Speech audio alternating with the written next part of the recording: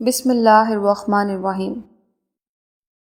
حضرت موسیٰ علیہ السلام سے ایک غریب آدمی نے درخواست کی کہ آپ کلیم اللہ ہیں، اللہ تعالیٰ سے دعا کریں کہ وہ میرا رزق بڑھا دے، مجھے کئی وقت فاقے ہو جاتے ہیں۔ حضرت موسیٰ علیہ السلام نے بارگاہ خداوندی میں اس کی درخواست پیش کی تو بتایا گیا کہ اس آدمی کی قسمت میں قلیل روزی ہے، اس لیے ہمارے ہاں سے تھوڑا تھوڑا کر کے اسے روز دیا جاتا ہے تاکہ آخر تک ملتا رہے۔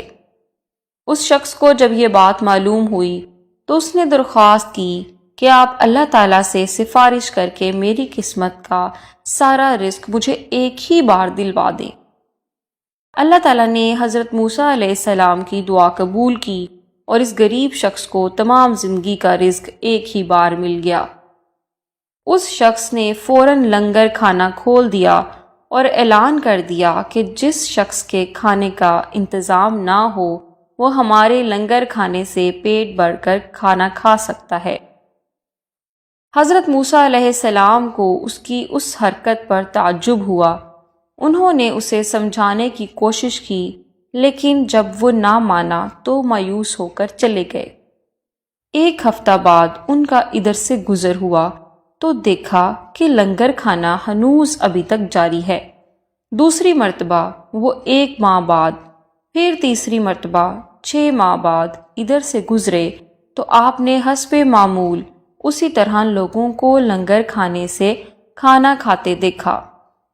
ان کا خیال تھا کہ اس غریب آدمی کی دریا دلی کی بدولت سارا رزق چند روز میں ختم ہو جائے گا، مگر لنگر کھانا ابھی تک مسلسل جاری تھا۔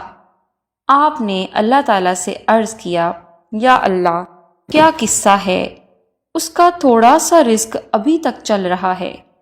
جواب آیا، بے شک اس کی قسمت میں تھوڑا سا ہی رزق تھا جو اب تک ختم ہو جانا چاہیے تھا، لیکن ہمارا قانون ہے کہ جو ہماری راہ میں کچھ خرچ کرتا ہے تو ہم اس کا 10 گنا اس کو دنیا میں اور 90 گنا آخرت میں دیتے ہیں۔ یہ شخص بھی اس قانون کے دائرے سے باہر نہیں۔ جتنا یہ ہماری راہ میں خرچ کرتا ہے اس کا 10 گنا ہم اسے دنیا میں دے دیتے ہیں۔ اس میں تعجب کی کیا بات ہے؟ اللہ تعالیٰ ہمیں بھی اس قابل بنا دے کہ ہم بھی دوسرے لوگوں کی مدد کر سکیں۔ آمین۔